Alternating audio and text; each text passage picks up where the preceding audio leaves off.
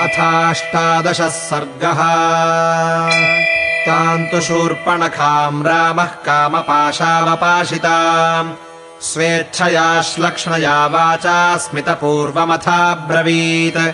कृतदारोऽस्मि भवति भार्येयम् दयिता मम त्वद्विधानाम् तु नारीणाम् सुदुःखा सपत्नता। अनुजस्त्वेष मे भ्राता शीलवान् प्रियदर्शनः श्रीमानकृतदारश्च लक्ष्मणो नाम वीर्यवान्।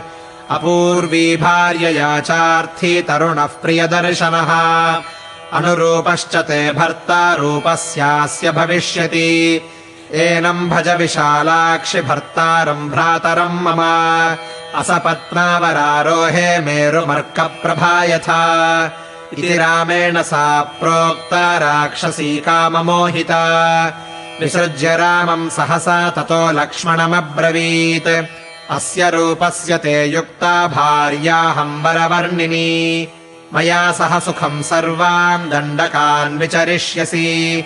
एवमुक्तस्तु सौमित्री राक्षस्या वाक्यकोविदः। ततः शूर्पणखीम् स्मित्वा लक्ष्मणो युक्तमब्रवीत् कथम् दासस्य मे दासी भार्या भवितुमिच्छसि। सोऽहमार्येण परवान् भ्रात्रा कमलवर्णिनी समर्थार्थस्य सिद्धार्था मुदितामलवर्णिनी। आर्यस्य त्वम् विशालाक्षि भार्या भवयवीयसी। एताम् विरूपामसतीम् करालाम् निर्नतोदरीम् भार्याम् वृद्धाम् परित्यज्य त्वामेवैष भजिष्यति। को हि रूपमिदम् श्रेष्ठम् सन्त्यज्य वरवर्णिनी। मानुषीषु वरारोहे कुर्याद्भावम् विचक्षणः। इति सा लक्ष्मणेनोक्ता कराला निर्नतोदरी। मन्यते तद्वचः सत्यम् परिहासा विचक्षणा। सा रामम् पर्णशालायामुपविष्टम् परन्तपम् सीतया सह दुर्धर्षमब्रवीत् काममोहिता। इमाम् विरूपामसतीम् करालाम् निर्नतोदरीम् वृद्धाम् भार्यामवष्टभ्य न माम् त्वम् बहुमन्यसे।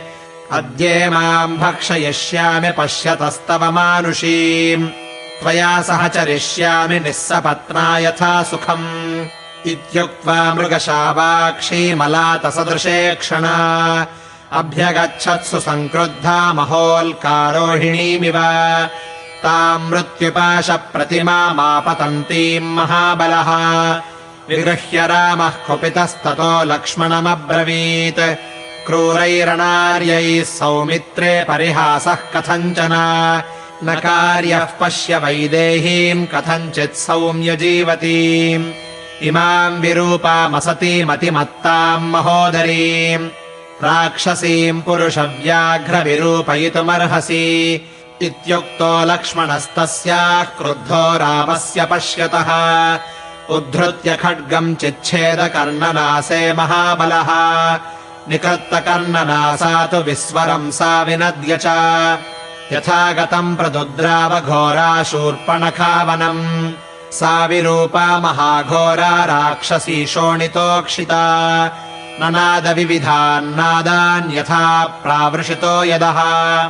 सा विक्षरन्ती रुधिरम् बहुधा घोरदर्शना प्रगृह्य बाहू गर्जन्ती प्रविवेश महावनम्।